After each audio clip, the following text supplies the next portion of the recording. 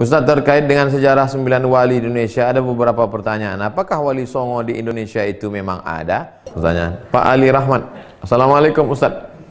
Apakah jika ingin jadi wali harus punya syekh mursyid dalam membimbing?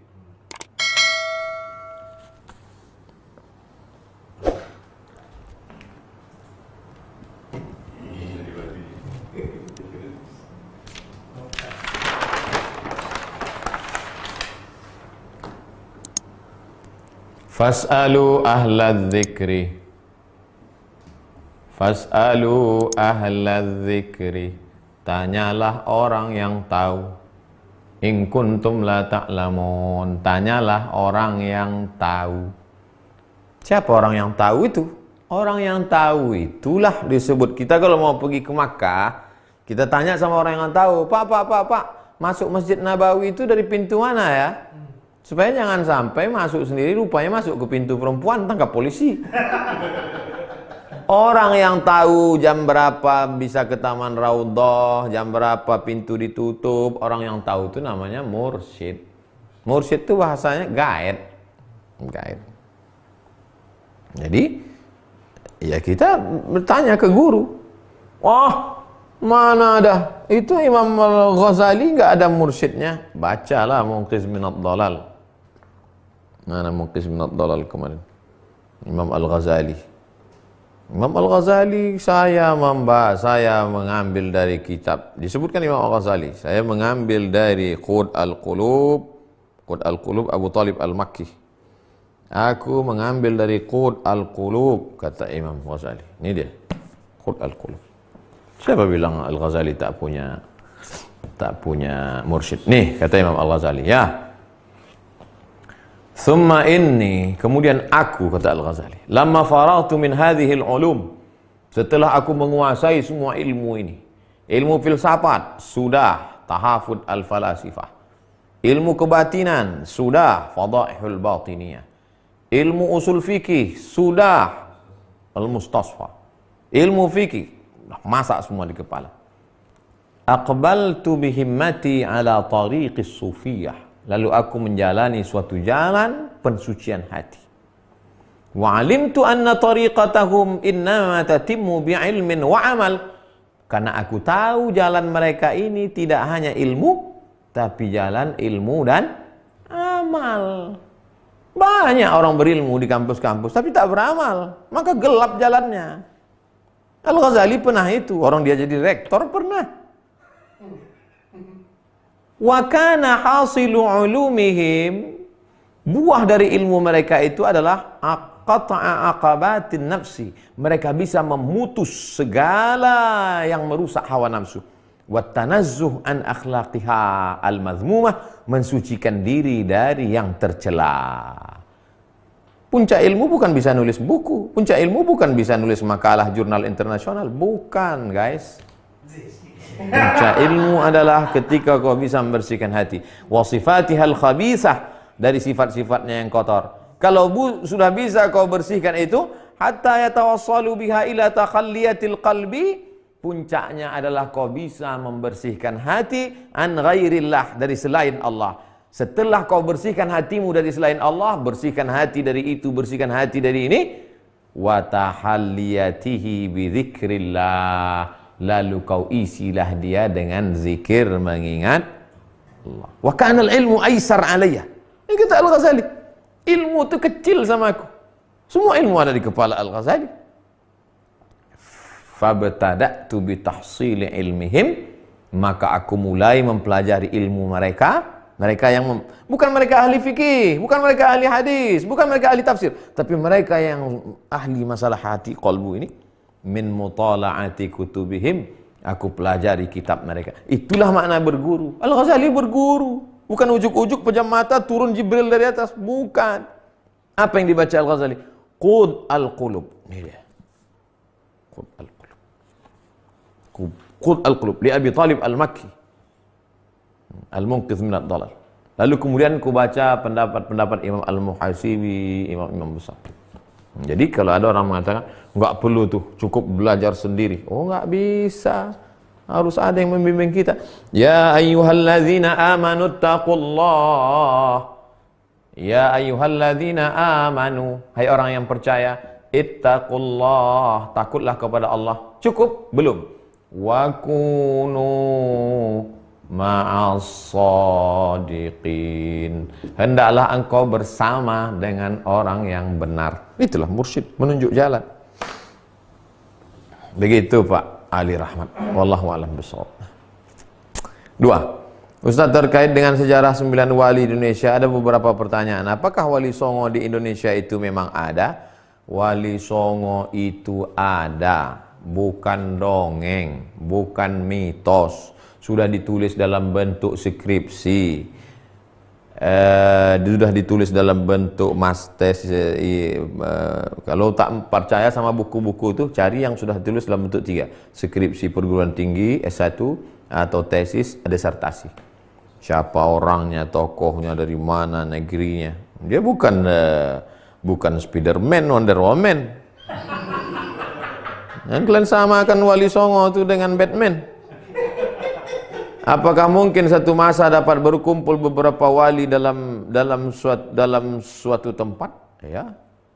Wali-wali itu berkumpul dalam satu tempat. La ya'riful wali illal wali. Satu wali mengenali dengan wali yang lain karena cahaya yang diberikan Allah SWT. Lalu mereka berkumpul.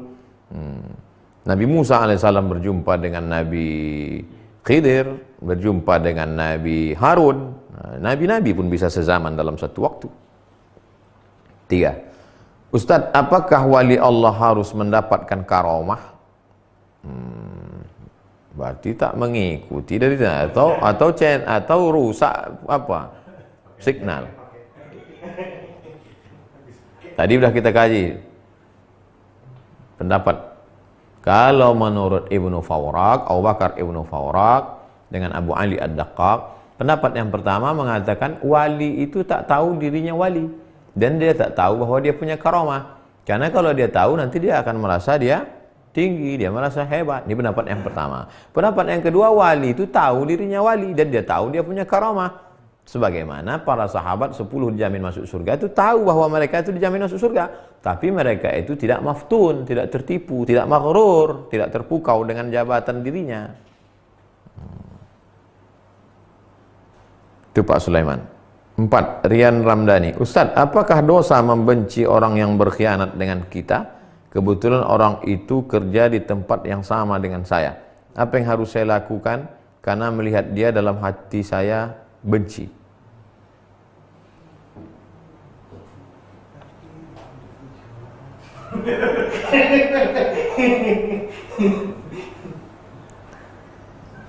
Syariat Islam mengajarkan kita amar ma'ruf nahi mungkar.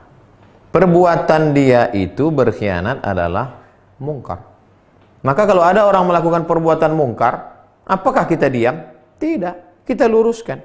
Kalau dia melanggar hukum, lapor ke polisi. Kalau dia melanggar jabatan pekerjaan, kita punya atasan, punya supervisor, punya direktur, punya atasan, punya pengawas, laporkan. Tapi niatnya bukan karena marah kepada dia, tapi supaya menyelamatkan dia dari azab Allah, supaya dia berhenti buat dosa. Ada juga orang lapor sana, lapor sini, lapor, tapi niatnya karena membalaskan dendam. Bukan itu. Supaya dia berhenti buat dosa, karena niat kita adalah amar ma'ruf nahi mungkar. Setelah dia bertaubat, bencikah kita? Tidak. Karena yang kita benci perbuatannya. Adapun orangnya, dialah hamba Allah. Doakan dia. Ini setiap malam Ramadan, doakan dia. Ya Allah, panjangkan umurnya supaya dia sempat bertobat, lembutkan hatinya, berikan dia istiqomah. Jadikan dia orang, kalau dia sudah menikah, punya anak, jadikan anak-anaknya penghafal Quran. Nah, itu salah satu mendoakan. Tapi syariatnya tetap kita laksanakan. Yang saya maksud syariat itu ada hukum. Ibu Risna, Ustadz, dalam salah satu kajian tentang taharah, narasumber menjelaskan dalam mazhab Syafi'i, ketika sakit ada anggota wudhu yang diperban, maka ketika wudhu harus dipadukan antara wudhu dan tayamum untuk kesempurnaannya. Dan ketika sudah sehat harus diulang sholatnya. Mohon penjelasannya Pak Ustadz.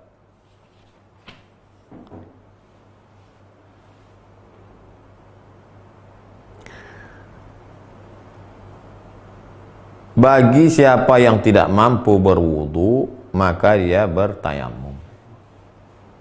Bertayamum. Kalau dia sudah tayamum, dia tayamum saja. Tidak dicampur lagi dengan wudu. Misalnya, tangannya luka. Kalau kena air, kata dokter, kena air ini nanti akan melebar kemana-mana. Nah, maka dia tayamum saja. Tayamum. Buka. Nih, sampai sini. Setelah tayamum itu, tidak perlu lagi dia mengambil air ke muka, lalu air itu, lalu tempat yang berperban itu, tak perlu. Karena dia sudah tayamum. Tidak perlu lagi dia setelah bertayamum membuat wudhu secara formalitas. Karena sudah tayamum. Lalu kemudian tentang sholat i'adah, mengulangi sholatnya lagi, itu ceritanya begini.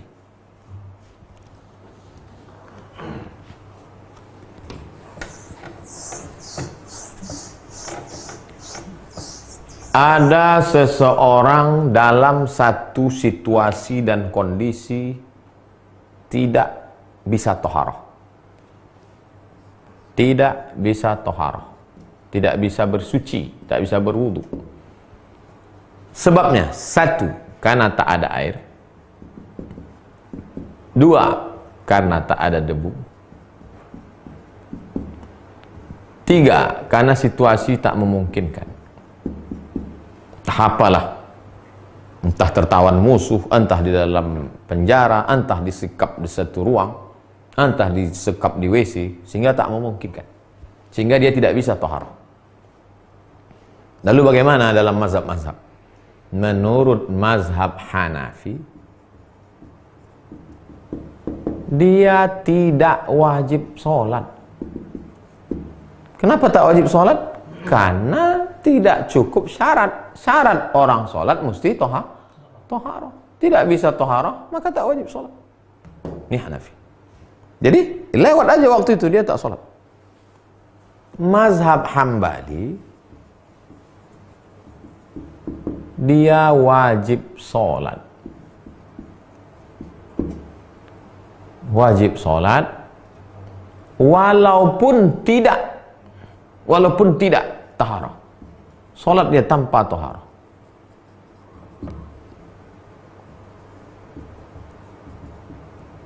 Mazhab Syafi'i, dia sholat tanpa toharoh. Salat apa namanya? Lihurmatil waktu. Untuk menghormati waktu. Karena tak boleh kita lewati 5 waktu itu dalam sehari tanpa sholat. Itu udah stasiun yang wajib. Subuh, zuhur, asar, maghrib, isya. Andai kita tersekap, tetap kita sholat. Namanya lihurmatil waktu. Sholat untuk menghormati, memuliakan waktu 5 yang sudah diwajibkan Allah. Lalu apa beda Syafi'i dengan Hambali? Kalau Hambali sholat tanpa toharah sudah cukup. Kalau Syafi'i tidak cukup. Nanti ketika sudah sampai situasi aman, dia ulang lagi sholatnya. Mengulang sholat itu namanya i'adah. I'adah. Siaran ulangan. Sholat ulang lagi. Setelah situasi aman terkendali, dia mengulangi sholatnya. Itu yang dimaksud situasi orang mengulangi sholat. Adapun kalau dia sudah bisa wudu atau sudah bisa tayamum, maka cukup wudunya. Tak bisa wudu, tayamumnya cukup. Adapun situasi yang diulang tuh, ini modelnya. Tapi yang namanya kitab-kitab mazhab Syafi'i ini kan banyak. Mungkin Tuan Guru itu menjelaskan satu versi. Mungkin, makanya mazhab Syafi'i itu banyak sekali. Imam Syafi'i meninggal tahun 204. Imam Syafi'i. Lalu kemudian datang Imam Nawawi 676. Berapa ratus tahun itu? 400 tahun. Selama 400 tahun itu, kitab-kitab mazhab Syafi'i itu berkembang pesat. Qala fulan, qala fulan. Setiap ulama punya pendapat. Datanglah Imam Nawawi merevisi pendapat itu.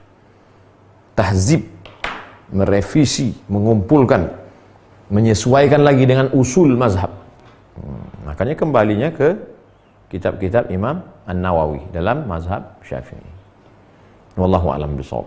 Itulah yang dapat saya jelaskan. Terima kasih segala perhatian, mohon maaf segala kesilapan dan kekhilafan.